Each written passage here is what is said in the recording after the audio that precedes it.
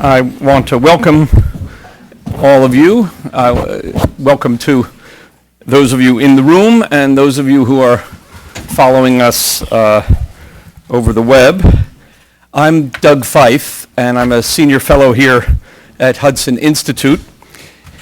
And when I was Undersecretary of Defense for Policy in the George W. Bush administration, I worked closely with Keith Payne, who is the study director for this new paper on U.S. nuclear weapons strategy entitled Minimum Deterrence, Examining the Evidence. Keith and his team, which included James Schlesinger, the former Secretary of Defense, he was the chairman of the senior review group for this study, have produced a serious critique of common misconceptions about nuclear weapons and deterrence theory.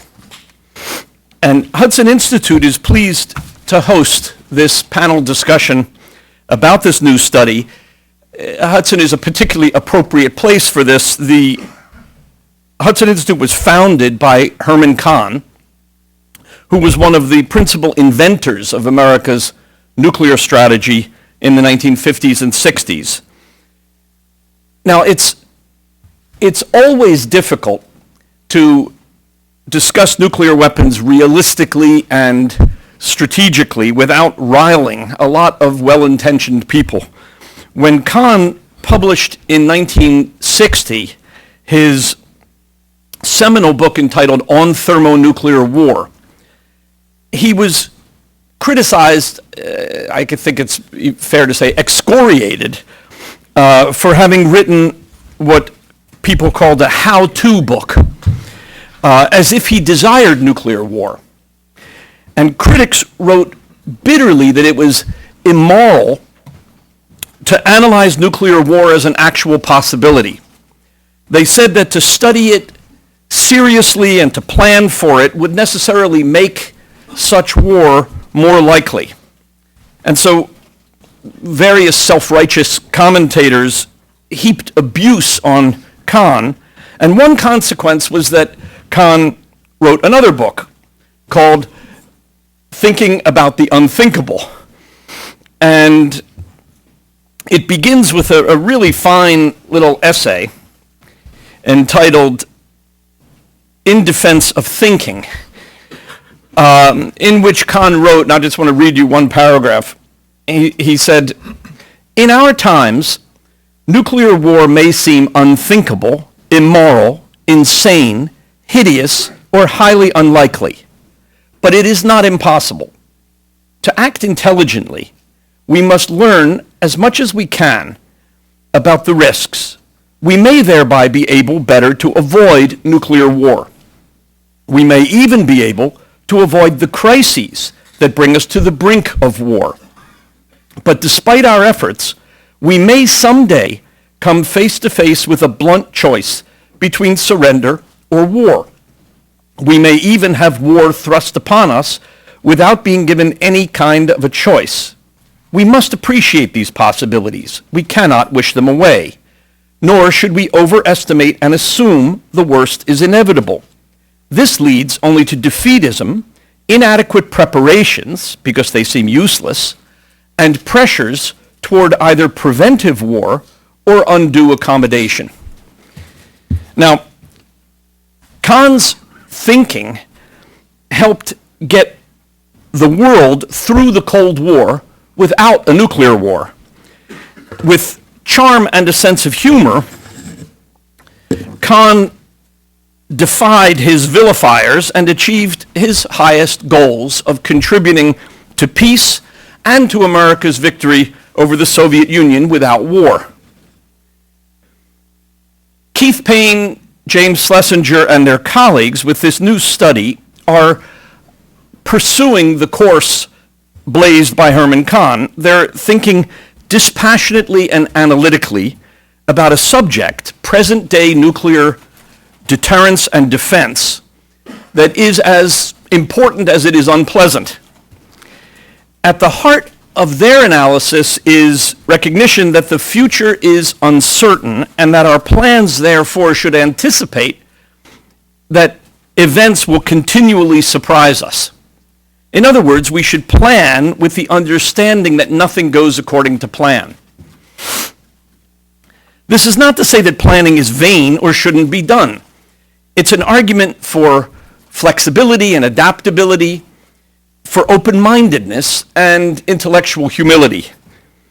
The essence of the argument of this study, as I read it, is that the case for a nuclear strategy of minimum deterrence fails to take proper account of the importance of flexibility and adaptability. The case relies too heavily on predictions about the future, and in particular, optimistic predictions about U.S. relations with countries such as China and Russia, and about the behavior of problem countries such as North Korea and Iran. The panel discussion we're going to have this afternoon is going to proceed as follows. Keith Payne will make a presentation on the new study, and let me give you a little biographical information about Dr. Payne. He is the president and co-founder of the National Institute for Public Policy, and he's professor and head of the graduate department of Defense and Strategic Studies at the Washington campus of Missouri State University. We worked together when he was the Deputy Assistant Secretary of Defense for Forces Policy, which means the main person who thinks about nuclear forces and nuclear strategy in the Office of the Secretary of Defense. He is the chairman of the U.S. Strategic Command's senior, of the strategy and policy panel of this U.S. Strategic Command Senior Advisory Group. He's the editor-in-chief of the journal Comparative Strategy and co-chair of the U.S. Nuclear Strategy Forum. He has authored numerous, over 150 articles and books, 17 books. He has a bachelor's degree with honors from the University of California at Berkeley and a PhD with distinction from the University of Southern California. And after Keith's presentation, John Harvey will make some, I anticipate, critical observations about the study. John recently retired, was the principal deputy to the Assistant Secretary of Defense for Nuclear and Chemical and Biological Issues in the Obama administration. During the George W. Bush years, he was the director of the policy planning staff of the National Nuclear Security Administration, and in the late 90s served as Deputy Assistant Secretary of Defense for Nuclear Forces and Missile Defense Policy. It's basically the same office that Keith later ran.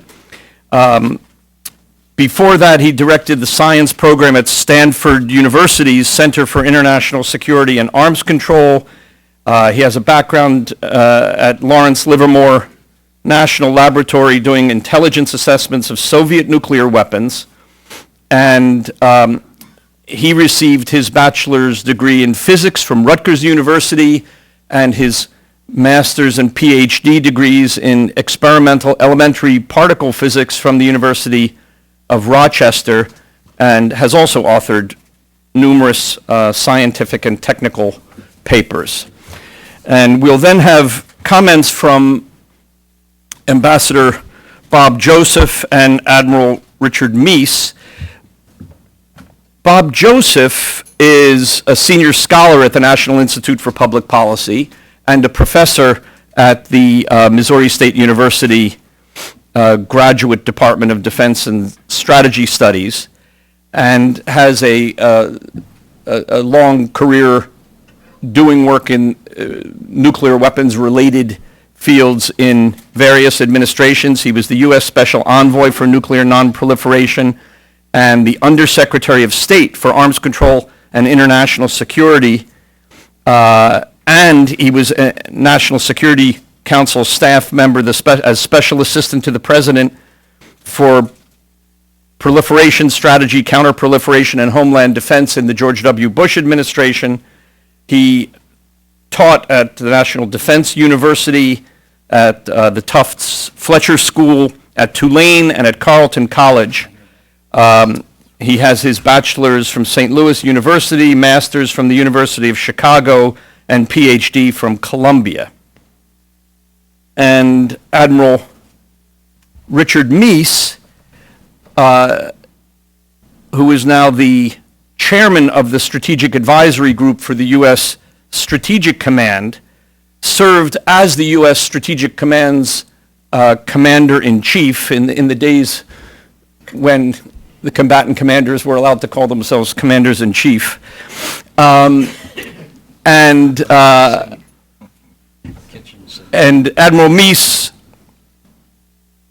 graduated, as I understand it, first in his class from the U.S. Naval Academy in 1967 with bachelor's degrees, with a bachelor's degree in majors in mechanical engineering and mathematics, and made his career in the Navy in submarines, and has done postgraduate education at Oxford, the Tufts Fletcher School, and Harvard.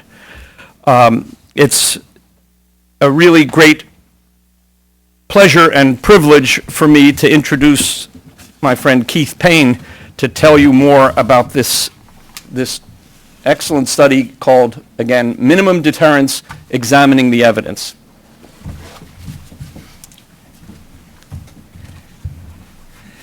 Thank you, Doug, for that introduction, and to Hudson Institute for hosting this forum this afternoon. I should start out by saying what I'm going to be discussing here will reflect my personal views and not the views of any of the institutions with which I'm associated.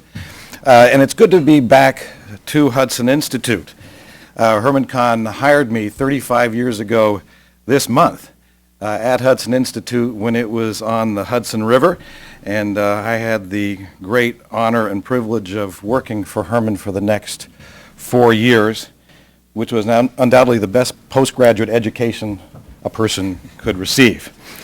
So it's very good to be back to Hudson Institute. And the study that we're going to talk about today does indeed draw on themes that Herman pioneered in this subject area. Doug asked me to take 15 minutes to summarize a few points from the study, and so that's what I'm going to do. But before discussing the substance, what I'd like to do is to draw attention to the contributors to the study.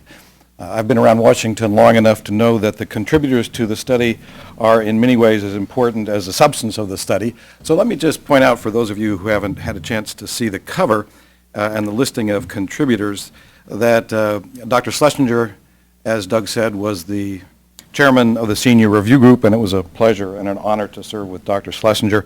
Admiral Meese and Ambassador Joseph, members of the senior review group, had bipartisan support. On the inside cover, there's an endorsement from Senator Kyle and Senator Lieberman, a joint endorsement from Senator Kyle and Senator Lieberman. The senior review group for this effort was very active. In fact, at times more active than we would hope they would be, as we were making hundreds of changes and additions recommended by the senior review group. But it included a former Secretary of Defense, 3 former commanders of either Strategic Air Command or STRATCOM, 2 former DCIs, 2 former commanders of the 20th Air Force, former senior officials from DOD, NSC, and State, and a former director of the Livermore Laboratory. It was a great group assembled for the purpose of helping with this particular study. Our goal was to understand the presumptions, arguments, and conclusions of minimum deterrence on their own terms, and to examine each for consistency with evidence and logical integrity. To my surprise, I couldn't find a study that had done that previously, and it was to my surprise because the ideas for minimum deterrence have been around since the 50s. So I assumed that there would be such a study that we could build on. I couldn't find it, and it wasn't for lack of trying. So we, in some ways, started with a blank sheet to do this. One thing we did see is that the consistent minimum deterrence policy recommendation across the decades is that the U.S. should reduce its nuclear arsenal to a relatively small and finite number of nuclear weapons. That's measured variously depending upon the proposal, down to just a few weapons, literally a handful is the low end of the minimum deterrence recommendation, up to hundreds, 900 or so tends to be the high end of the estimate for minimum deterrence. And these reductions to these levels, can be done prudently, it is claimed, because a small finite number of U.S. nuclear weapons will be adequate for nuclear deterrence purposes now and in the future. Now, the proponents of minimum deterrence, the usual presentations of minimum deterrence, claim that 4 benefits would follow from adopting a minimum deterrence policy and making those types of reductions. Let me identify those very quickly. 1, making those reductions will provide deterrence that's more stable and with greater safety than otherwise would be the case. 2, to facilitate nuclear arms control agreements and more successful non-proliferation policies. 3, provide substantial savings in the defense budget. And 4, would help create the conditions necessary for a more peaceful world order and help realize the goal of eliminating nuclear weapons entirely, i.e. it would be a milestone en route to nuclear zero. These minimum deterrence promises, these 4 minimum deterrence promises or benefits, usually are predicated on 8 interrelated claims. And let me mention each of these quickly because they're in some ways the foundation for what the study looks at. 1, deterrence will function reliably and predictably at low or very low U.S. nuclear force numbers now and in the future, in part because U.S. conventional forces can now substitute for nuclear weapons for deterrence purposes. 2, China and Russia are not U.S. adversaries, so the potential for conflict in U.S. relations with Russia and China should not drive U.S. nuclear force sizing considerations. Rather, terrorism and proliferation are the threats of the 21st century.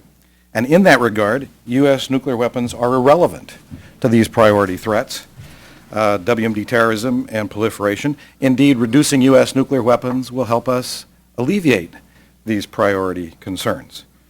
4, deterrence considerations alone can determine the size and composition of the U.S. nuclear arsenal. 5, ballistic missile submarines, SSBN, the boomers, as we call them, will remain invulnerable for 50 years or so.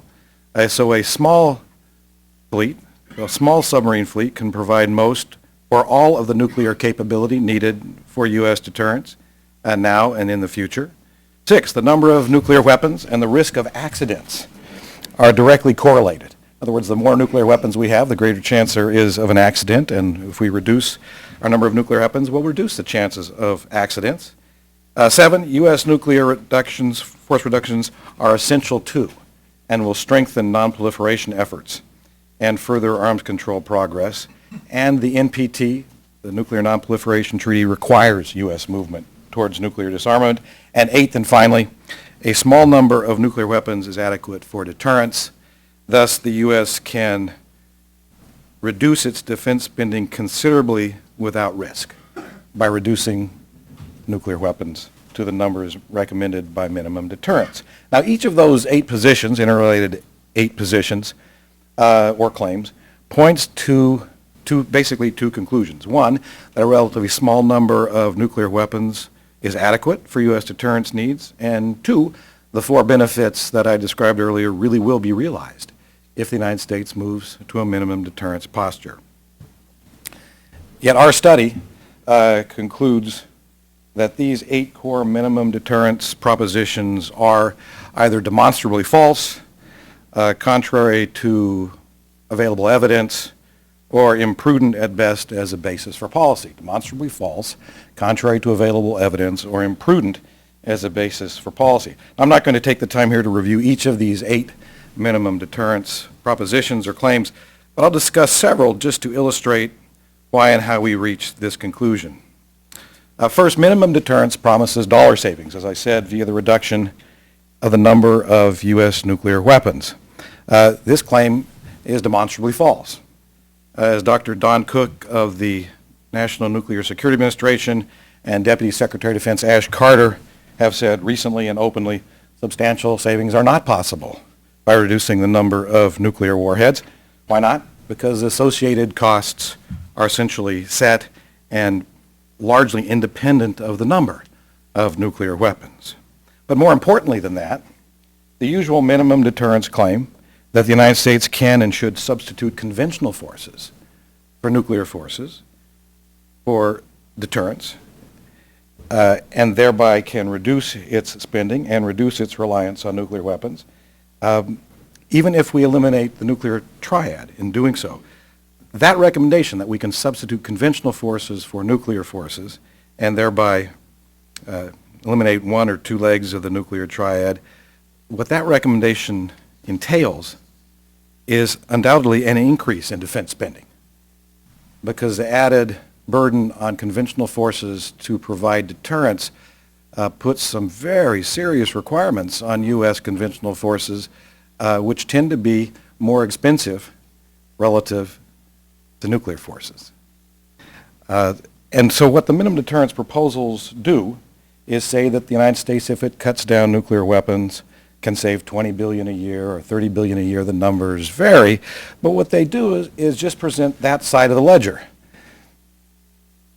If you get rid of ICBMs, or you get rid of the bombers, or you get rid of the submarines, sure. In that case, if you get rid of the legs of the triad, you save the money that you otherwise would put into it. But what those proposals don't do is say what you'd have to spend then on conventional forces to make up the difference for deterrence purposes. It's never a net assessment. It's always one side of the ledger, which is, frankly, wholly misleading. That minimum deterrence proposition, I believe, is demonstrably false. Others are highly dubious as a basis for policy, and in most cases contrary to experience and available evidence. For example, most, not all, but most minimum deterrence proposals base their claims about the adequacy of a small number of U.S. nuclear weapons for deterrence on the notion that opponents' cities, population, should constitute the target for U.S. nuclear deterrence threats.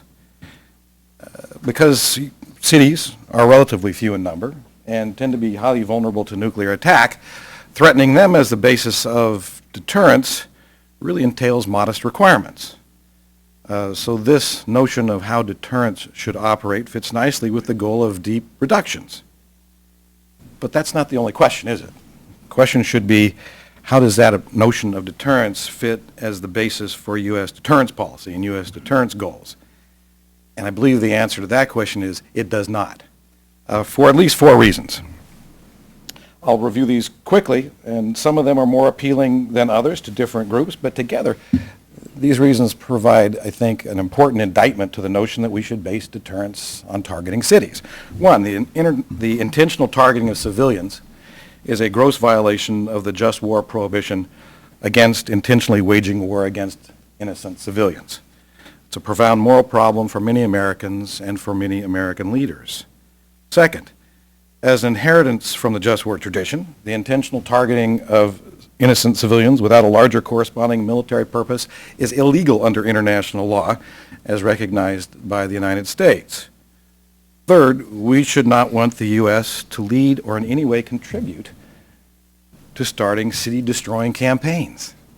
Rather, we should want to preserve no cities targeting. And that is a protocol to the greatest extent possible. Opponents may not abide by that protocol, but we shouldn't want our planned behavior to contribute to the intentional destruction of civilian populations. Fourth, U.S. city targeting is likely to be incredible for U.S. deterrence purposes in many contexts. Incredible for deterrence purposes in many contexts. Why so? Because if an opponent has nuclear retaliatory capabilities, it would simply invite nuclear attacks on U.S. cities in response, something that U.S. leaders rightly do not want to encourage. And some opponents do question the credibility of U.S. deterrence threats that would do so. Also, the U.S. typically goes to great lengths to avoid inflicting damage on opponents' civilian society, especially as we often take responsibility for post-war reconstruction of that society. We must question the credibility of U.S. deterrence threats that would violate these U.S. norms. In short, the minimum deterrence notion of intentionally threatening nuclear strikes on opponent cities and population is an immoral, illegal, incredible, and imprudent basis for deterrence. And it's for these four good reasons that every Republican and Democratic administration for 4 decades has rejected the minimum deterrence notion that U.S. deterrence policy should be based on nuclear threats to cities and population.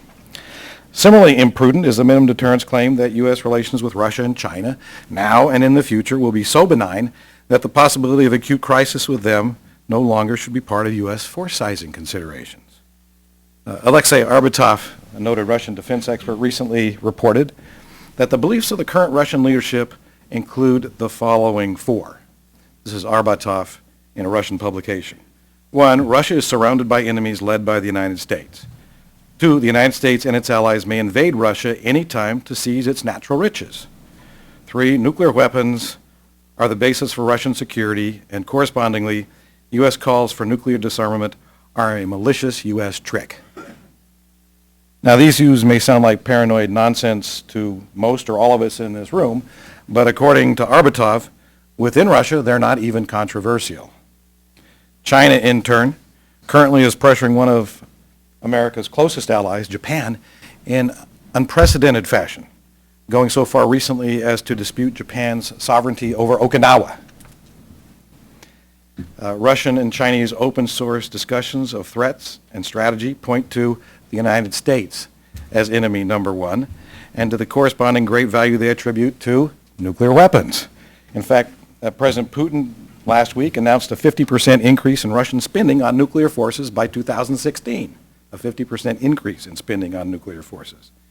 There clearly is considerable opportunity for serious friction in U.S. relations with Russia and China in the coming years, and it could get much worse very rapidly. That's not a hope. And making that point is not to repeat Cold War rhetoric. It simply acknowledges a contemporary reality that many would prefer to ignore at this point or simply mock.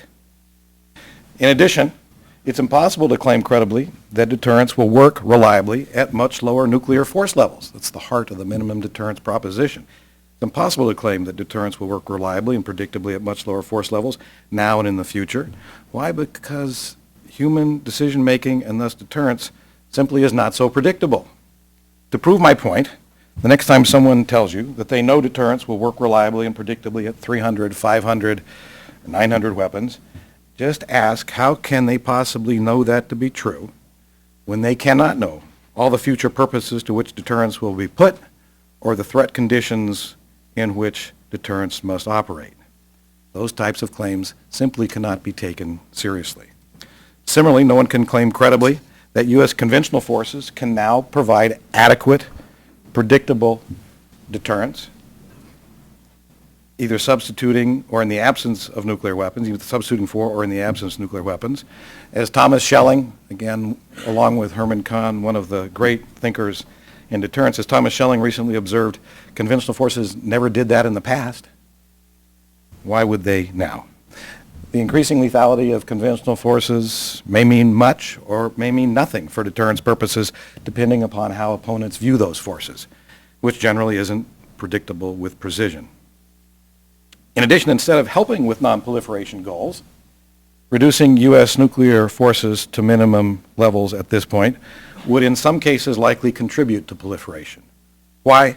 Because some key allies already are wary of U.S. nuclear disarmament trends in the context of the threat developments they face, and further movement in this direction could further degrade the credibility of U.S. assurances to these allies and correspondingly increase their potential interest in independent nuclear capabilities, thereby undermining in a devastating way U.S. non-proliferation goals. A recent report by the Japanese Defense Ministry's policy research arm states that the credibility of the U.S. nuclear umbrella must be underpinned by a strong counterforce capability. It's a quote, a strong counterforce capability, and says that if there is further progress in nuclear disarmament by the United States, quote, U.S. allies will inevitably feel less confident in the U.S. nuclear umbrella, much less confident in the case of Japan.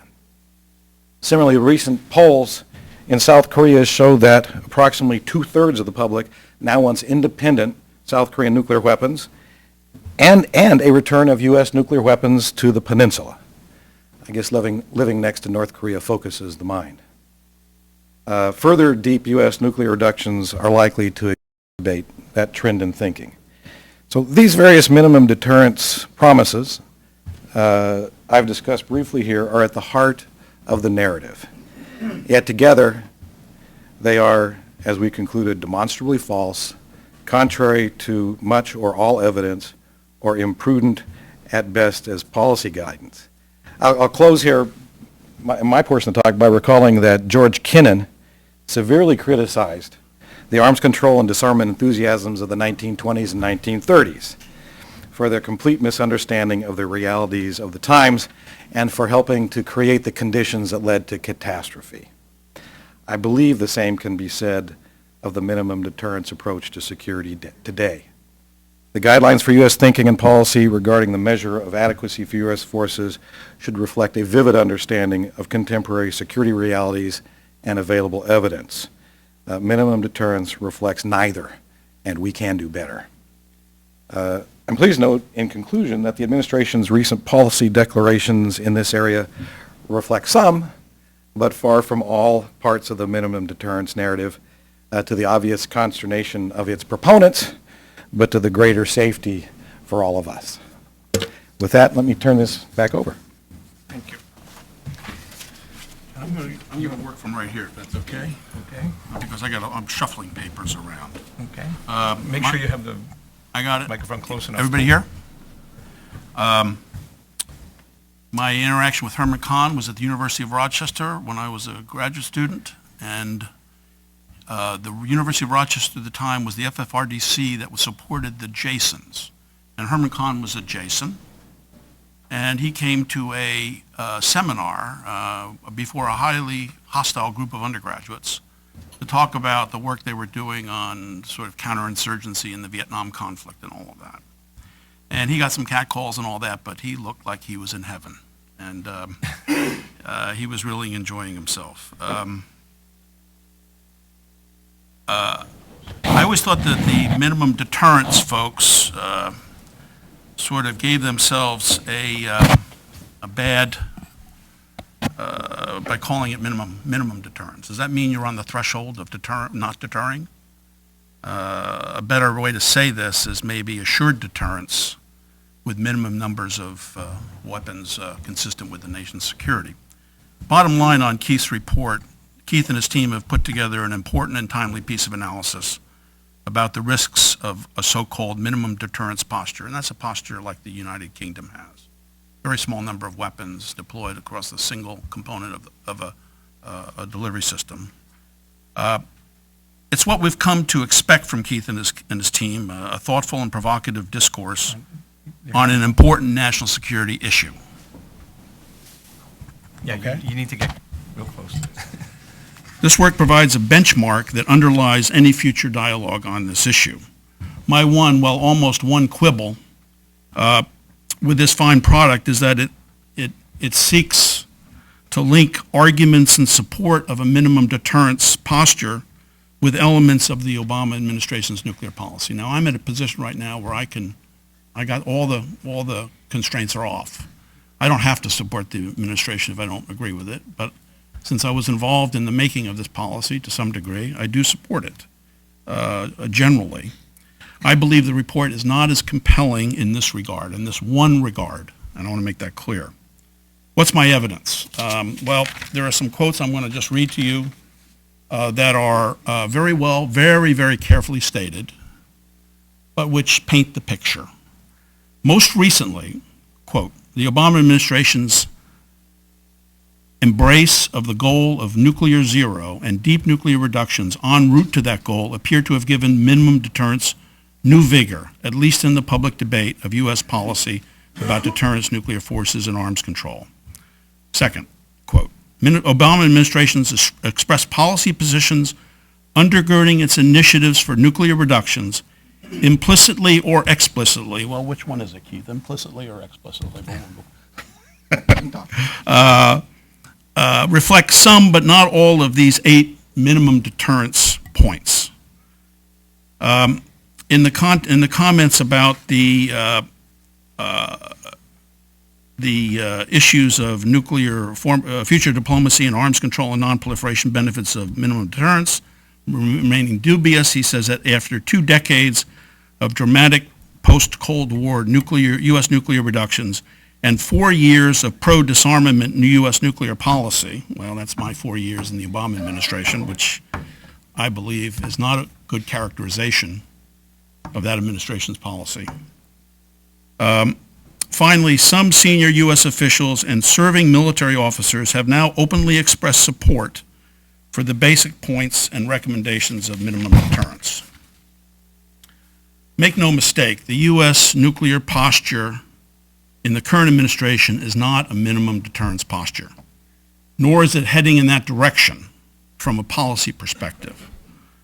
Almost without exception, the arguments that Keith poses against the minimum deterrence posture, that is, the arguments countering the 8 assertions of minimum deterrence, are fully consistent with the recommendations both from the bipartisan Congressional Commission on the U.S. Nuclear Posture, which Keith and many of us were a part of, and the Obama administration's Nuclear Posture Review, which followed shortly thereafter and which reaffirmed many of the conclusions from that effort. As someone who has served in this administration until very recently and has seen the policy sausage being made, I can assure you that minimum deterrence is not an element of our policy. What are the core elements of the nuclear strategy? And here's how I would explain it to my mom, my 87-year-old mother. I would boil down the 2010 Nuclear Posture Review into 2 phrases. The 87 pages of the NPR into two bullets. 1, the administration seeks as a long-term objective the elimination of nuclear weapons globally. Until such time as our nation's security permits, we will maintain nuclear forces that are safe, secure, and effective. And that includes a commitment to a triad of nuclear forces, a commitment to the sustainment and modernization of the warheads themselves, the delivery systems, and the nuclear command and control that links nuclear forces with national command authorities. And it also includes a commitment to sustaining and modernizing what we call the nuclear infrastructure that supports the nuclear stockpile and nuclear delivery systems. Let me just speak a moment about what what the responsible folks in the administration, I believe, could be characterized in connection with nuclear zero.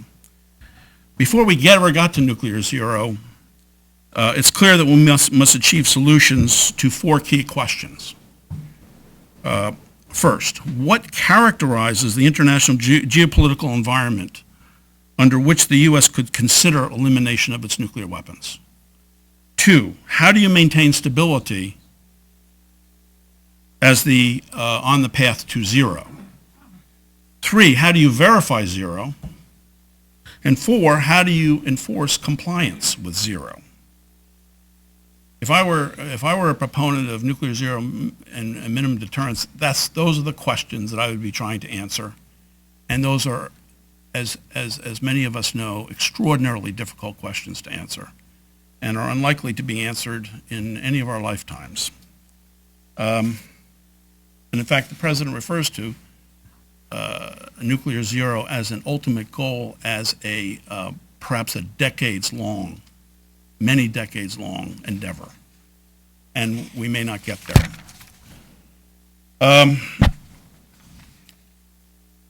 Let me speak a little bit more about nuclear zero. Since it was signed, all U.S. presidents except one have reaffirmed U.S. commitment to Article 6 of the Non-Proliferation Treaty, which is the commitment in the context of general and complete disarmament, to get rid of nuclear weapons.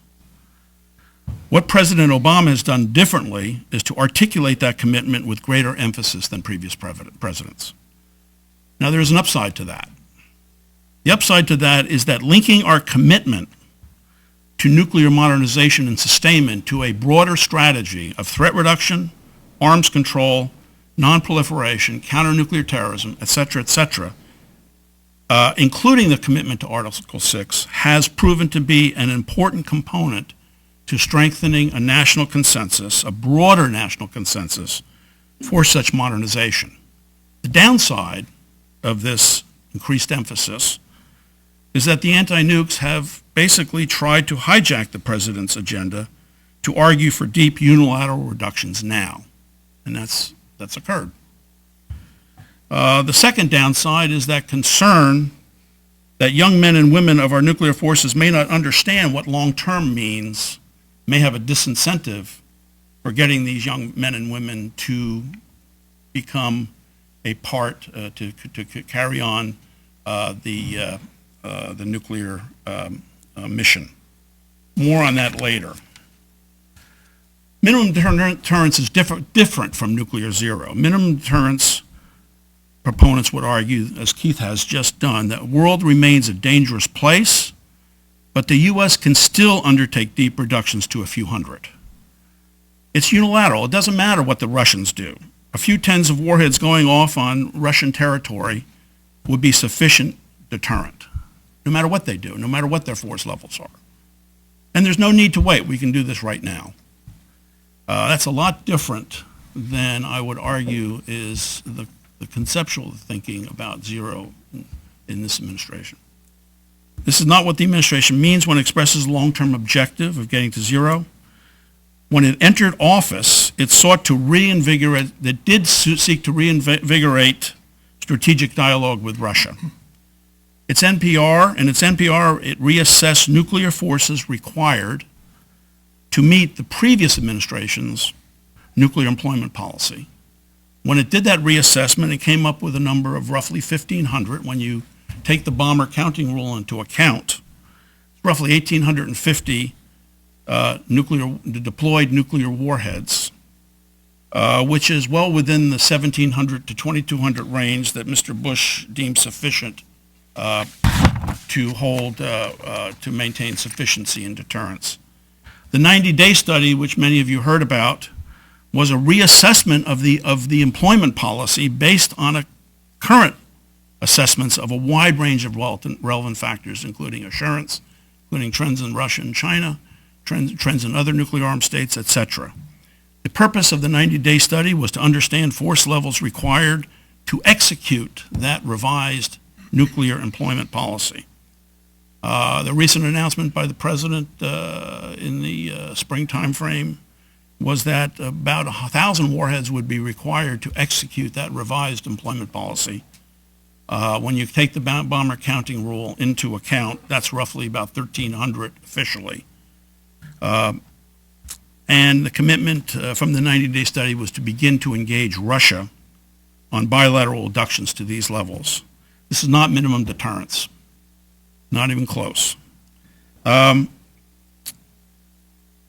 last point I want to make, and this is a separate point, is that my concern is we're heading in the direction of minimum deterrence, not for policy reasons, but because of fiscal constraints that are hampering modernization efforts. And I'm talking specifically about the Budget Control Act, sequestration, et cetera, which have driven put enormous pressures on this modernization effort that was so aptly initiated with the administration's nuclear posture review. Let me speak to what we're trying to do now with regard to that. Let me see if I can find it. We need to ensure the triad of nuclear forces consisting of Minuteman III ICBMs, Ohio-class submarines deployed with Trident D5 SLBMs and B-52 and B-2 strategic bombers remain safe, secure, and effective until replaced by following systems. We need to advance ongoing life extension programs for warheads delivered by these platforms, including those for the W-76 SLBM warhead, the B-61 bomb, and an interoperable warhead that could replace both the existing W-88 SLBM warhead and the W-78 ICBM warhead. We need to modernize the sea-based deterrent with an Ohio replacement submarine. We need to explore options for a follow-on system to the Minuteman III ICBM. We need to develop a new nuclear-capable strategic bomber and a long-range standoff missile to replace the current air-launched cruise missile. And we need to take steps to ensure a continuing ability to meet extended deterrent commitments to allies with a dual-capable Joint Strike Fighter carrying a life-extended B-61 bomb. We are in a modernization program that has not occurred since roughly the early 1980s, which I used to call the Carter-Reagan Strategic Modernization Program. And it's going to cost money. But as Keith's report points out, the amount of money we spend on nuclear forces, even in the context of a refresh, which we're going through over the next decade or so, is very, very small compared to the overall defense budget. And this is something that we can afford, and we have to figure out how to do it. My last point will be human skills and capabilities, and this gets to the issue of Linton Brooks has said on occasion that when he sits in a meeting today to talk about nuclear deterrence, the same people around the table as were around the table in 1985. And that's basically true. And the question is, how do we, if we're going to maintain nuclear forces into the future for many decades, it's critical that we bring young people, young men and women, into this activity. Keith gets a real plus from me from his work with the university in bringing along graduate students to focus on some of these problems into the future. When I look at Keith's authors, Keith, Chris Ford, Kurt Guthey, Susan Cook, Tom Schieber, Mark Schneider, they're all my contemporaries. But he did have a guy, Matt Koslow, who I think is a younger person on his team. Okay. And I was looking at focusing on that. I think it's important to get these kids into these things, actually being authors of these types of papers, to give them the opportunity. And it's not just in the intellectual area. It's in the military operational area. It's in the planning area. It's in the policy area in the Department of Defense and other departments of the government. It's in the acquisition side of the Department of Defense, the folks who are actually overseeing acquisition programs and life extension programs. This is critical. It's not just the money, it's the people.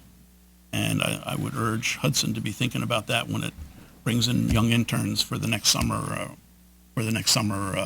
session. Thank you. Thank you, John Harvey, and I'd like to ask Ambassador Bob Joseph to... Do you have a preference, Doug? I think it's probably better if you speak from the lectern.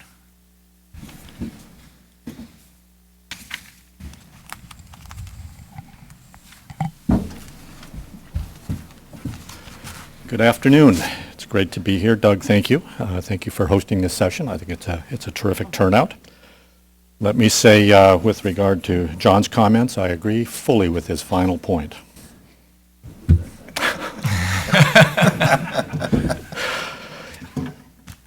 Just to begin, I would say that it was a privilege for me to be one of the participants in this study, and it was a real pleasure working with the individuals who were involved, who represent, I think, a rather wide spectrum of the defense community.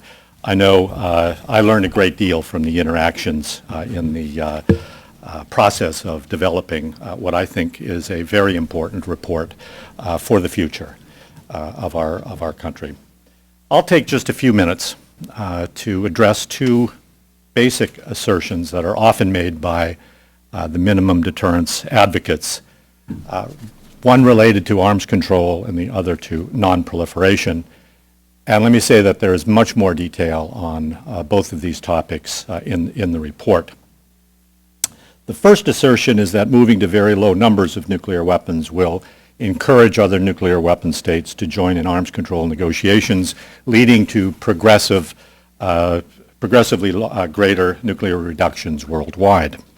The second and interrelated assumption is that going to lower levels of nuclear forces, either through negotiated agreements or by unilateral action, will discourage others from proliferation and encourage the international community to come together to prevent and punish proliferation. Neither of these assertions, I would argue, is supported by the evidence. And my concern is that policies that are based on those assertions could very well lead to a more dangerous and proliferated world. Starting with arms control, I think Russia's response to President Obama's Berlin proposal to go down to 1,000 deployed strategic warheads really undercuts the notion that if only the United States would lead by example toward the goal of nuclear zero, others will follow. Moscow, as Keith mentioned, has made very clear that it has no real interest in reversing its aggressive nuclear modernization program. Quite the contrary. It has placed condition after condition on even beginning negotiations on things such as missile defense and advanced conventional systems. It's rejected outright any real discussion of reducing so-called non-strategic nuclear forces, a category of weapons in which it holds a massive advantage. And the irony here is that the United States has given up its leverage through various arms control steps to persuade Russia to go to lower numbers. In the 1991-1992 PNIs, the Bush 41 administration undertook major force reductions that were not reciprocated by Moscow, despite Moscow's stated willingness to do so. In the process, we eliminated the vast majority of our theater capabilities, and Russia retained its forces and has modernized them since. The Obama administration continued this pattern when it eliminated the TLAM-N, the SLICM, and got nothing in return. Why one would think about that, or would think that going to 1,000 warheads or any further unilateral reductions would actually change Moscow's behavior can, in my view, only be explained as an article of faith. The reality, as noted in the NIPP report, is that additional unilateral cuts would only further erode U.S. leverage to motivate Russia and China to take reductions. Russia, in particular, is increasing its reliance on nuclear forces, in large part to meet what it sees as an overwhelming U.S. conventional advantage. Just as a footnote, I would note that this same sense of hope over experience in the arms control arena can be seen very clearly in our experience with the ban on nuclear testing. While the United States has adopted a zero-yield standard for its testing moratorium as a means of leading by example, this has not kept other states from testing, at least not India, Pakistan, or North Korea. And apparently, reportedly, Russia and China have been conducting low-level tests. Turning to non-proliferation, the NIP study provides a factual rebuttal to the assertion by minimum deterrence advocates that Article 6 of the NPT constitutes a legally binding commitment on the United States to eliminate our nuclear weapons independent of an agreement on complete and general disarmament. While this shift has taken place in U.S. policy and was evident in the final report of the 2010 NPT Review Conference and in the President's Prague speech, it is not based on sound legal footing, and I refer you to the report for that discussion. I would just point out a note from Spurgeon Keeney in 1969 when he was working for Henry Kissinger on the NSC staff on this topic, in which he says, Article 6, and I'm quoting, commits all parties to pursue negotiations in good faith relating to a cessation of the arms race and to nuclear disarmament. He goes on, this is an essentially oratory statement and presents no problems. We've come a long way since then. As for the policy assertions that are made by the minimum deterrence school about proliferation, here I think none hold up under scrutiny. First, we often hear that countries like North Korea are motivated to acquire nuclear weapons in part because of their fear of U.S. nuclear weapons. The corollary is that if the United States reduces its nuclear forces, this will reduce incentives to proliferate. The problem here again is that there is simply no evidence to support the argument. More significant, as Keith pointed out, is the fear of U.S. conventional superiority, which is, from my personal experience in dealing with Libya, much more of a factor than our strategic deterrent in the minds of the leaders of proliferant states. For other proliferators, like India and Pakistan, the motivations to proliferate really have nothing to do with U.S. forces, but rather the perceived regional threats and the desire, in some cases, for great power status. Let me finish with two final points on the proliferation arguments of minimum deterrence. The The first is the assertion that if the United States goes to ever lower numbers, the international community will come together and apply increased pressure and punishment for state proliferators. The NIPP report points out that while sanctions have certainly increased on states like North Korea and Iran and have had substantial effects on their economies, the world community imposing the sanctions have done so as a consequence of the provocative behavior of these countries and not as a consequence of U.S. reductions. The contrived three-rail bank shot that Hillary Clinton was very fond of reciting back in 2010 and 2011, the United States would negotiate New START, the international community would come together and have a consensus document in the 2010 NPT review conference, and on that basis the international community would would impose greater sanctions on proliferators, is just that. It is a contrived argument and unsupported by the facts. Finally, and my greatest concern, is that the minimum deterrent prescriptions will lead to the opposite outcome that is sought.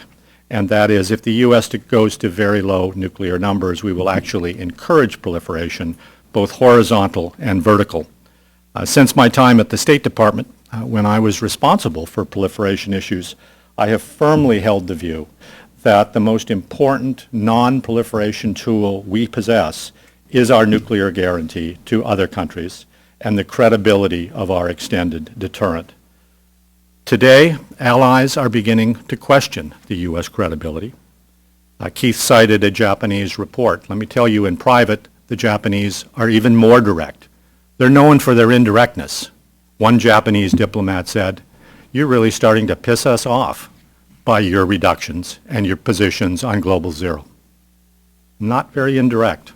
I think we're reaching that point where we really must be concerned about the activities that are taking place. And if you look at the decline in U.S. nuclear forces, you can see why our allies have this concern. The United States nuclear force has gone down by more than 85% since the 1960s, including about 95% of our theater capability. All other nuclear weapon states today are modernizing, and most are expanding their nuclear arsenals, while we continue to decline, both in terms of numbers and in overall capabilities. And this is reflected in the erosion of our nuclear weapons infrastructure and in policies such as that mandating no nuke capabilities.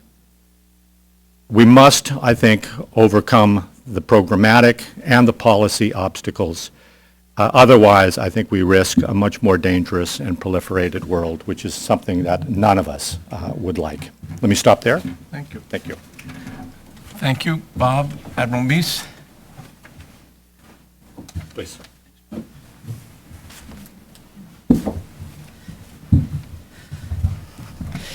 What you didn't learn from our bios is that when Bob was a professor at Fletcher School of Law and Diplomacy, I was one of his students.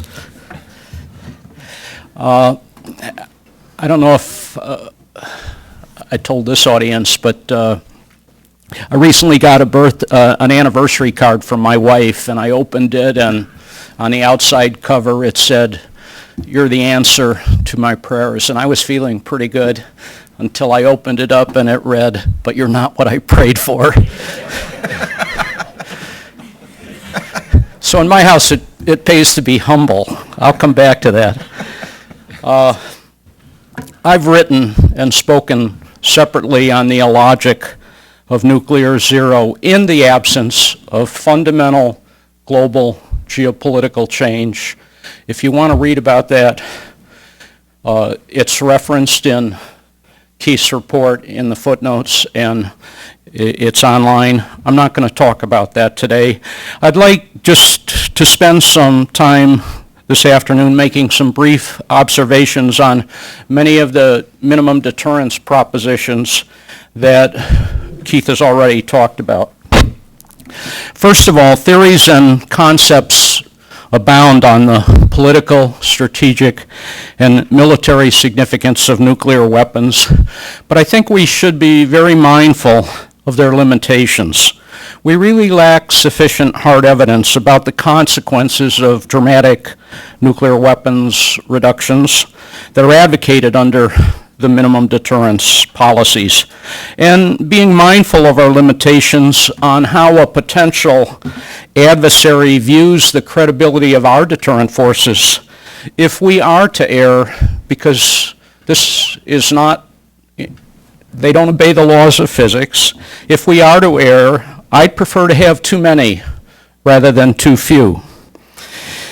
The resulting limitations in our knowledge about nuclear weapons policy ought to instill in all of us who make predictive statements about these issues a degree of intellectual humility that's not always evident.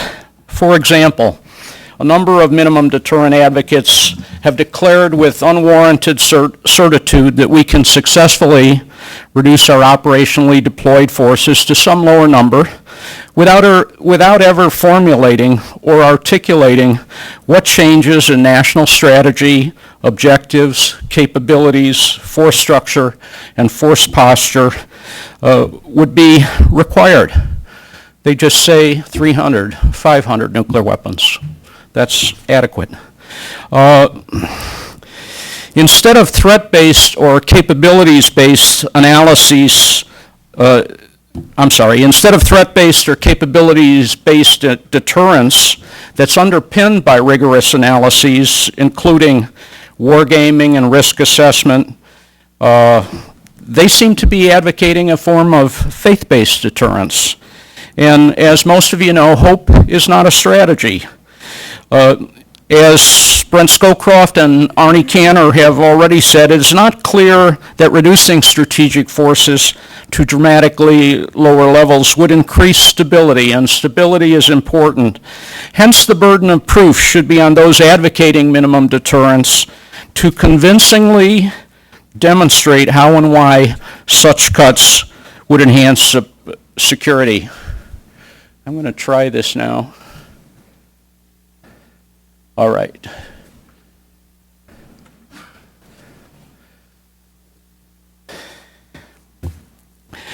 I have two figures I want to cover today. The first ones, both of these figures are included in the report for you to look at.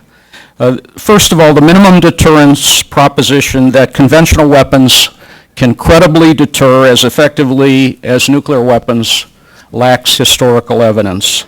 As this graph of wartime fatalities as a percentage of world population illustrates, conventional warfare took a devastating toll throughout history before the advent of nuclear weapons. As Margaret Thatcher has reportedly stated, there's a memorial to the failure of conventional deterrence in every town and village in Europe. 1,000 years of European history have proved that conventional weapons do not deter.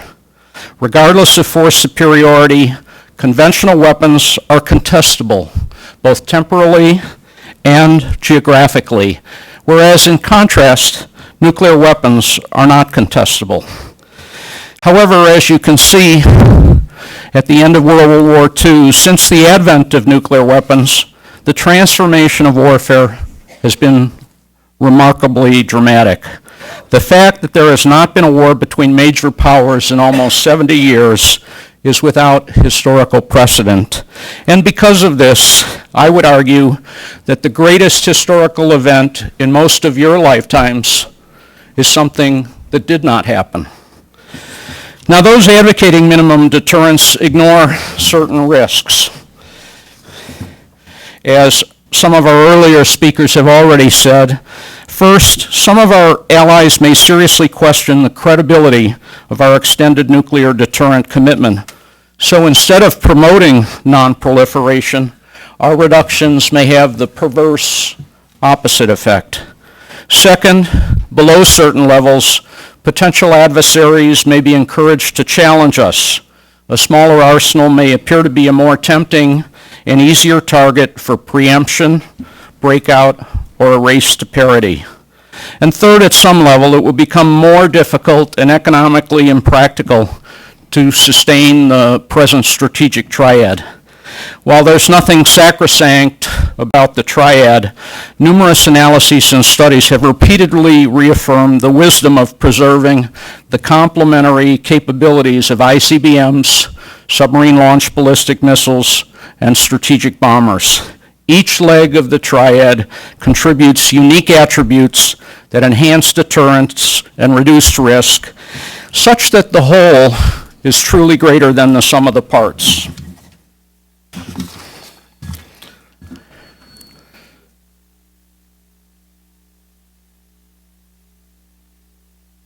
All right, I need help here. Where's the computer? I'm pointing at the screen, but can you advance it one? That's good. Just leave it there for now. This figure is a notional chart intended, truly notional, but intended to illustrate some concepts and several of the dilemmas of strategic targeting and the logic of minimum deterrence. Now, the curve on the right represents our present and long-standing targeting doctrine of flexible response, a doctrine designed to hold at risk our potential adversaries' military forces, war-supporting industry, command and control capabilities, and military and national civilian leadership, while minimizing, to the maximum extent possible, collateral damage to population and civilian infrastructure. It is a doctrine designed to provide the President the widest range of options using the minimum level of force intended to achieve our objectives. Now, the curve on the far left that you see illustrates that if we adopted a counterpopulation targeting strategy, we could achieve significantly more damage with far fewer weapons. But I would ask, at what cost and what credibility? Could you advance it one more now? Now, as we reduce the number of weapons to lower levels, that flexible response curve moves to the left, and it will diminish the robustness and the flexibility inherent in a moderately sized arsenal. Greater stress will be placed on the reliability and survivability of our remaining forces. And of greatest concern, frankly, it will reduce the range of available options available to the President. One more, please.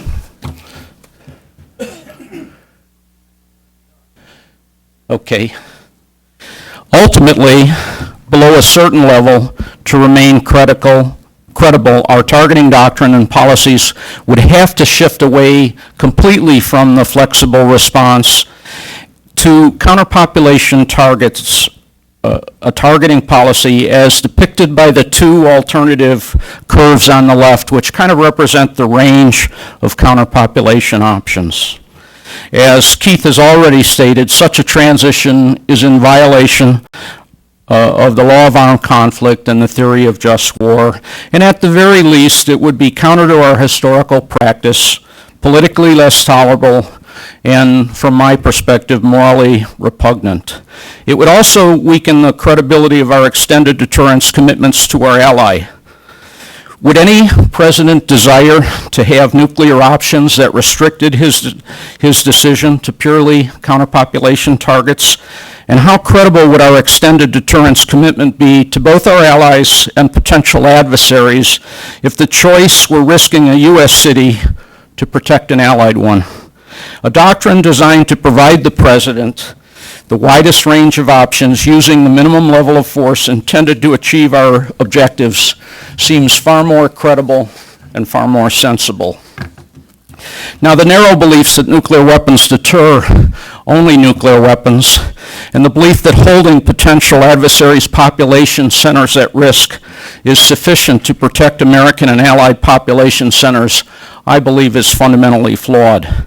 Deterrence is far, far broader than that. Nuclear weapons serve as a deterrent against major war, conventional and nuclear, a hedge against an uncertain future, a guarantee of our security commitments to our allies and friends, and a disincentive to those who would contemplate developing or otherwise acquiring their own nuclear weapons. Minimum deterrence advocates fail to recognize that the primary purpose of nuclear weapons is to influence potential adversaries through two interrelated means, not just with the power to hurt, which they recognize, but also with the power to deny, to provide the president with as broad a range of options as considered prudent to enable us to deny an adversary's objective. Hence, the ability to hold an adversary's military forces at risk is a means of potentially limiting the damage an adversary can inflict on us. Deterrence is about preventing all major wars, not just nuclear ones, since major war is the most likely road to nuclear war. And lastly, a major criticism of minimum deterrent advocates is their principal focus on numbers rather than stability.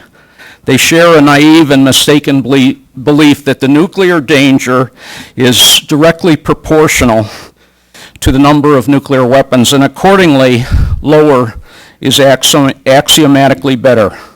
However, disarmament is not inherently stabilizing. One can envision many scenarios where small numbers of weapons breed instability. Our present force structure provides sufficient deterrent capabilities to respond to future challenges that we can't predict, a cushion against imperfect intelligence and technological surprises, and a reconstitution capability as a hedge against unwelcome geopolitical developments. Stability, the lack of an incentive on either side to initiate major aggression or conflict, the assurance against being caught by surprise, the safety in waiting, rather than numbers, stability rather than numbers, is the most important criteria in assessing force structure and force posture options. In conclusion, preservation of our capability to adapt our deterrent forces to a rapidly changing and unpredictable strategic future is critical to our nation. Because we have neither new delivery platforms nor new warheads in production, we should never be hasty in taking irreversible steps to reduce our capabilities and our flexibility. Because, like my wife's anniversary card, the world we pray for may not be the one we get. Thank you.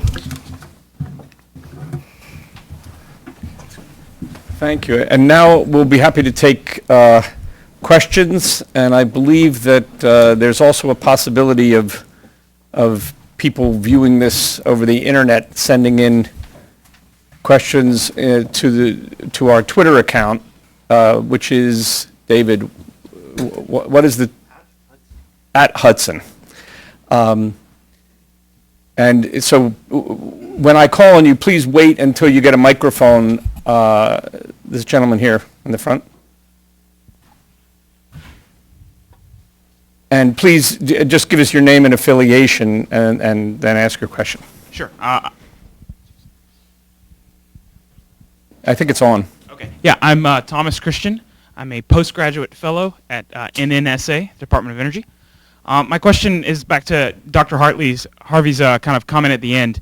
As someone who wants to go into this field long term, I just finished my graduate studies at Columbia University. What advice would the panelists give the next generation and new talent who wants to go into this climate or into this environment, given the fiscal and kind of political gloominess which is currently existing, and what practically can all of the entities that you're involved with do to facilitate new talent coming into this, given there's a potential void that is approaching? I'll start. One thing you can encourage them to do is to form linkages with folks around this table who want and are committed to mentoring the next generation. Oftentimes by networking, you have an opportunity to become knowledgeable of activities or jobs that are open. Sometimes a guy like Keith can place someone in the Department of Defense or elsewhere if he thinks highly of you. And so one of the ways is to study, take a couple of his courses and get to know him. There's the PONY program at CSIS, Project on Nuclear Initiatives, which is trying to create a cohort of young people, 20s and 30s, to interact, engage one another, and creates opportunities for them to engage with senior officials on their ideas. We all have to take this pretty seriously because we are in trouble. And the idea is when we identify somebody like yourself and others, we need to try to make it happen, that you stay in the field in some way.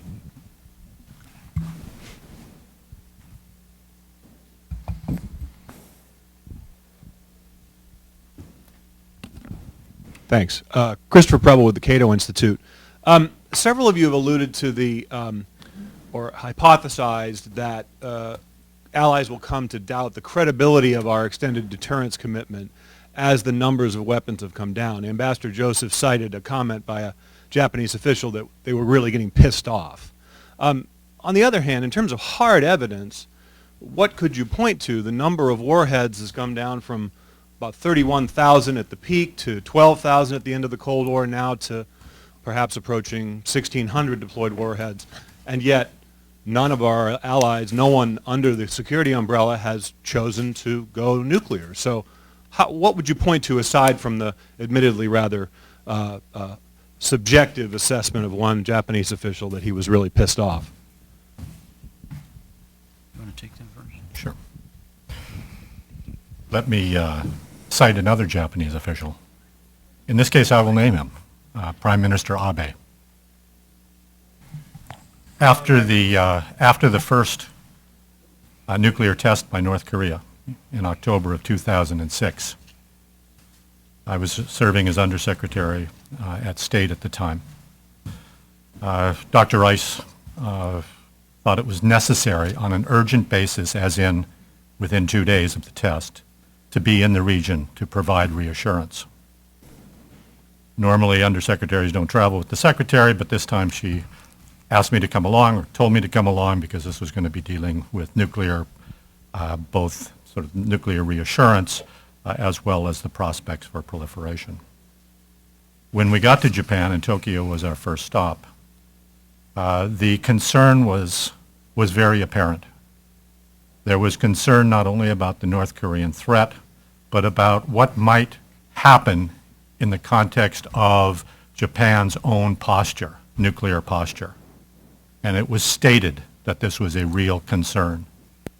And the urgent request was that Dr. Rice, in public, make a very clear restatement of the U.S. security commitment and specifically of the nuclear guarantee for Japan.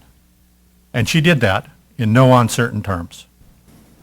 We heard nothing about nuclear arms control, nothing about CTBT. All of the usual diplomatic talking points were dispensed with. This was about reassurance at a critical time, and this was about nuclear reassurance. What was interesting was when we got to Beijing, which was our third stop, the first thing the Chinese did was thank us for reassuring the Japanese of our nuclear guarantee. And why did they do that? Because I think the Chinese have a very good sense of the dynamic that this could produce. And it's, I don't think it can be overstated, but, that our nuclear guarantee is the number one non-proliferation tool that we have in the tool chest. No question. Over 30 countries rely on that, and those countries are starting to question it. The British Prime Minister recently said that we need to pursue modernization, nuclear modernization. This is the UK Prime Minister. Think special relationship over the course of decades. And he said, we need to pursue nuclear modernization because we don't know where the Americans are going to be in the future. That's powerful. And I think there's another indicator. I'd like to add that it's a very fair question to ask, what objectively supports the anxiety that is being expressed here about the possibility of proliferation. And it is true that you don't yet have Japan or Australia or South Korea, for example, going nuclear. But I know from my conversations with various people in Asia and in the Middle East and elsewhere, there's a lot of unease among people in governments about the whole non-proliferation picture. I mean, the issue of the United States and unease about the president using rhetoric that is considered unrealistic by many officials in governments around the world about nuclear zero, for example, is one thing. But there are other things that are affecting their calculations about the integrity of the extended deterrence of the United States, the integrity of our nuclear umbrella. You have the North Koreans getting away with developing a weapon. You have the Iranians on the verge. I think that in many ways is the real significance of what's at stake in Iran, the possibility that if they, in defiance of the EU3 and the International Atomic Energy Agency and the UN Security Council and the United States, get a nuclear weapons capability, whether they build the weapon or just develop the capability for an imminent production of a weapon, you could get to the point that you have countries around the world concluding that the era in which nuclear weapons are controlled by a handful of large powers is over. And you could get to the point where many medium-sized countries around the world believe that it's required as a matter of national power, national dignity, to have their own nuclear capabilities. And if we get to that point and find ourselves in a world with 25, let's say, or 30 nuclear weapon states rather than the handful that now exist, it's a much more dangerous world. And the possibilities, the likelihood of a nuclear war go up enormously. And so I think it's the confluence of a lot of troubling developments about actual proliferation, U.S. policies that are risking that we're going to get to what the U.S. It was called the Strategic Posture Commission referred to as a tipping point in non-proliferation. We're not there yet, but if we get to that tipping point, the world becomes a much, much more dangerous place. And I think that's really what's at stake with a number of these major non-proliferation issues, especially the Iranian issue. Let me just add very briefly to that, because it's a good question. I think you've had good answers. It's easy to be misunderstood, and then when this is presented as a straw man, the straw man is these folks are saying that Japan is about to go nuclear. No one up here is saying that Japan is about to go nuclear. At least I haven't heard anybody up here say that. The point is that deep reductions are contributing to the fears about the assurance, continued assurance of the U.S. umbrella. And the question was, are there anything other than a few anecdotal comments to suggest that? And let me just answer directly that yes, there are. Go look at the testimony that supported the Bipartisan Strategic Posture Commission's report. The report came out in 2009, the testimony to the Senate from members of that commission. Part of that testimony was specific reporting on what allies had said is necessary for their assurance of the United States nuclear forces. And what those specific allies had said is specifically necessary for their assurance does not fit within the minimum deterrence guidelines. It doesn't. You can go and look at the characteristics that the allies identified. I won't repeat it here, but go take a look. It's in the testimony, and these were from official allied positions presented to the Strategic Posture Commission. Go look at the annex to the Strategic Posture Commission report. Not necessarily the report itself, but the annex. It actually lists those characteristics that the allies came and said officially, these are the characteristics we need of the nuclear forces to be assured. Guess what? Those characteristics do not fit within the minimum deterrence framework. So you ask, are there official on-the-record statements to that effect? The answer is yes, absolutely. There are many more that I could direct you to, but those are ones that you can go see this afternoon. Thank you. The gentleman in the back. Yeah, hi, Todd Jacobson with Nuclear Weapons and Materials Monitor. Can you hear me? Yeah, Todd Jacobson with Nuclear Weapons and Materials Monitor. Wanted to direct this question to Admiral Meese, but anyone can certainly weigh in on it. Dr. Harvey raised the point that he was worried about, budgets kind of contributing to kind of a slide towards minimum deterrence. On a different scale, you might be able to make the same point about NNSA governance issues and the problems they're having with credibility with Congress, with project management, with cost estimating. So I was curious, do you hold that same fear about NNSA governance having, I guess a real problematic impact on the deterrent? And what do you see as a potential solution for that in terms of NNSA and the governance issues they're facing? John may want to talk separately about this. As some of you know, I am co-chairing a congressional panel with Norm Augustine that's focused on NNSA governance reform, and we've just started. So we're very early in the process, so it would be premature for me to tell you what the fix is. I think the problems have been well documented in a number of previous reports, Defense Science Board reports, Admiral Childs's report, the comprehensive nuclear review, the end-to-end review that Brent Scowcroft did. I mean, there's a decade-long history of reports that talk about the erosion of expertise and a number of the problems that are faced by the enterprise. And it isn't just NNSA. It is the larger nuclear security enterprise.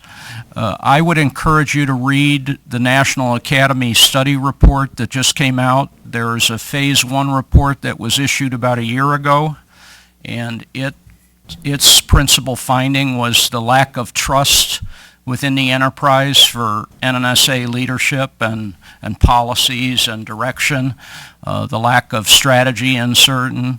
Phase 2 has just come out, and it kind of builds on Phase 1. And again, there is no easy answer. I would just say that in my mind, the major changes that need to be made to become more efficient and make the enterprise healthier and more robust involve process and cultural changes more than they involve just structural reorganization. And I think it's too early to get into some of the specifics, but I really believe that's where a lot of improvement can be made. But it is a troubled enterprise, and they are facing huge cost overruns and schedule delays on a number of modernization programs, both infrastructure and weapon modernization, which concerns both DoD and others for obvious reasons. So that's kind of the sum and substance. I think we'll take one more question. This gentleman in the green shirt. Hi, I'm Michael Sobolik. I'm interning in the Senate right now. I had a question for Mr. John Harvey. You mentioned the 2010 Nuclear Posture Review, and my question comes from a similar document that came out that year, which was the Ballistic Missile Defense Review. And it listed a number of platforms, specifically the airborne laser, the kinetic kill vehicle, and one or two others that were canceled under the current administration. And my question is, with evidence from that document and evidence in the fact that New START does not allow us to convert old nuclear silos into missile defense silos, and the move away from the Phase 4 of the phase adaptive approach, to your statement that the current administration is not moving toward a minimum deterrent, I'm asking in the context of ballistic missile defense, do you believe that this is evidence of that? And if not, how would you characterize it? Thanks. I used to do missile defense. I have not done missile defense for the last 4 years. And really, there are better people at this table to comment. And I'll leave it at that. Anybody else want to comment? Well, I also used to do missile defense. And I still feel passionately about missile defense. And it's a very good question. and I think we need to think about the connection between lower and lower levels of nuclear weapons and the erosion of our missile defense capacity. And when I talk about the erosion of our capacity, I'm talking particularly about homeland defense. Because we are now at a point where the top-level budget has gone from $10 billion, it would have been much greater than that today under the Bush plan, to what is projected next year as 6 or 6.3 billion. But even despite that cut, the effects on homeland defense are even greater because there's been a shift to theater defenses. And on the GMD, or homeland defense, the programs that you mentioned and others, KEI, for example, MKV, you mentioned airborne laser, and other programs that were intended to keep pace with the threat against the United States, against the homeland. They've either been canceled, and most of them have been killed, or they've been turned into research projects like ABL. I think this is part and parcel of this notion of going to lower numbers, because how do you get to lower numbers? Well, in the first instance, the desire was to reset with Russia and to, negotiate an arms control treaty. What did the Russians say?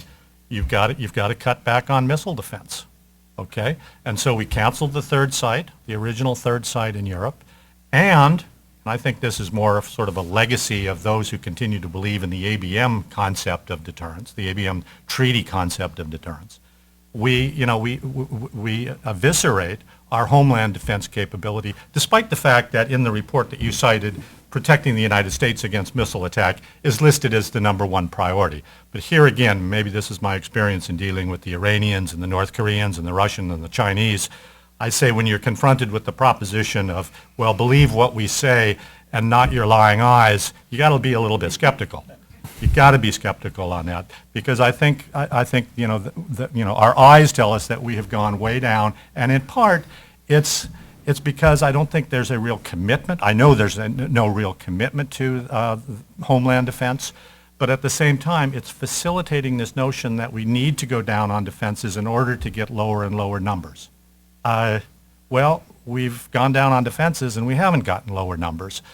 Here again, I mean, if you look at New Start was advertised, okay, the talking points are, well, it reduces Russian forces by a third. Well, that's just not the case. Russia's going up under New Start. And in fact, when Russian negotiators have talked about sort of the negotiation process, they even say, we didn't even ask them to do anything that would require them to go down.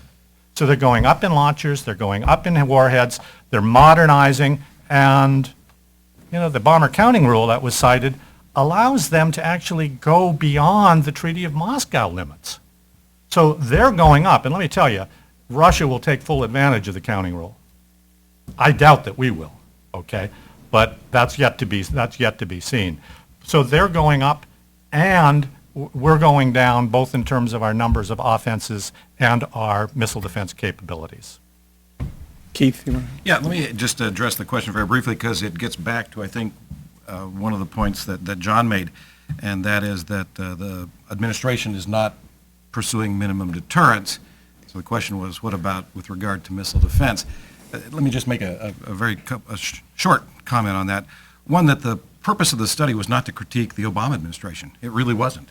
The purpose of the study was to look at minimum deterrence. And there was a reason for that, and that is that the minimum deterrence notion, as it's historically presented, is going to survive the Obama administration. It's like a bad idea that never goes away. It's going to keep coming back and coming back and coming back, and we wanted to have a document that addressed that notion, whether or not the Obama administration was embracing minimum deterrence or not. So it was not an attempt to critique the Obama administration, and consciously it was not an attempt to critique the Obama administration. And as John said, the Obama administration does have some parts of its policies that do not fit within the minimum deterrence guidelines. And our study explicitly says that. We were very careful in saying the Obama administration seems to accept some, but not all, of the minimum deterrence guidelines. That's true. In fact, the endorsement of the Triad was, I think, a very positive development in the Obama administration's recent statements. But the administration has endorsed some of the minimum deterrence propositions. It just has. And now I'll say, to John's benefit, I think, much of these kind of statements come out of the State Department, not the DOD.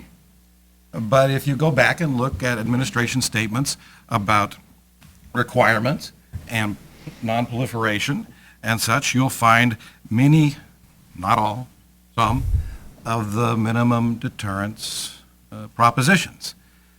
So this wasn't an attempt to critique the Obama administration. It was not. It did say that the Obama administration has endorsed some, but far from all, of the minimum deterrence propositions. But you can take a look at the report and see those that it looks like it has and those that it has not. Let me just give two examples.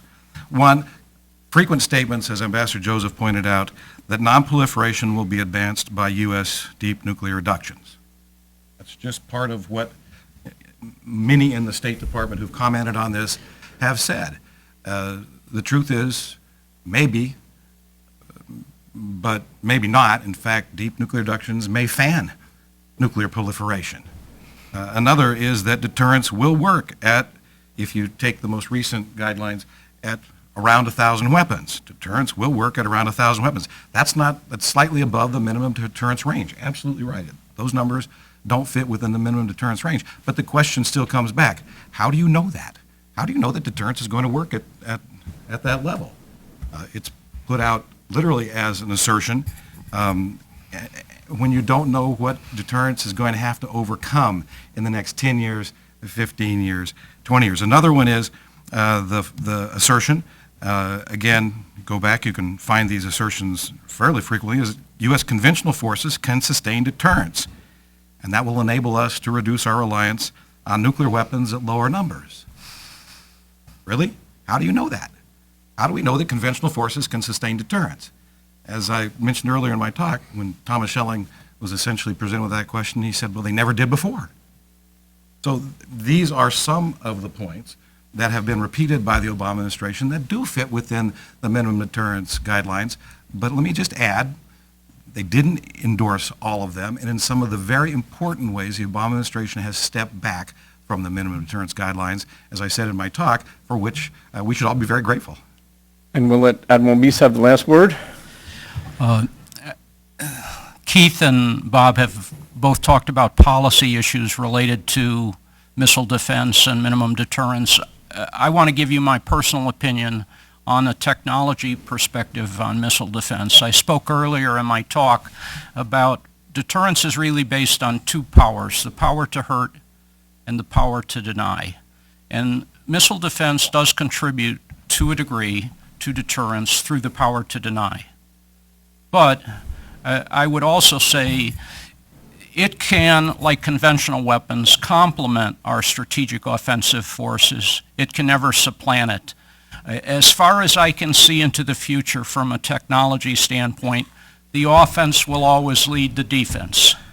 And for every new ballistic missile capability you develop, I can develop a cheaper counter that will ultimately cause you to have to spend more money. And it's a losing cycle. It's much like cyber warfare, where as far as you can see into the future, the offense will lead the defense. And I think from a technology standpoint, that's important to recognize. A limited missile defense has certain value. It complicates any potential adversary's offensive calculations as he thinks about, can I be successful? Can I achieve what I want to do? But this idea that you can build a perfect umbrella is an exaggeration and a significant mischaracterization of the reality, again, of where we stand technologically. The only other point I'd like to make, because we talk about going to lower and lower numbers, one of the concerns that really gets ignored in all of this is when we talk about operationally deployed weapons, whether it's 1,000 or 1,550 or you pick your number, we're ignoring tactical nuclear weapons. And there is a huge asymmetry out there in tactical nuclear weapons in our stockpile, which most of the American public aren't even aware of, that this asymmetry exists. We have unilaterally driven down our tactical nuclear weapons to very, very low levels compared to some of our potential adversaries. This is a source of concern because I can guarantee that a tactical nuclear weapon can be delivered with strategic effect, and if you're on the receiving end, you won't differentiate between strategic or tactical. A nuke is a nuke. All right, well, please join me in thanking our panelists, Keith Payne, Dr. John Harvey, Ambassador Robert Joseph, and Admiral Richard Meese. Thank you all. And thank you all for coming. Thank you.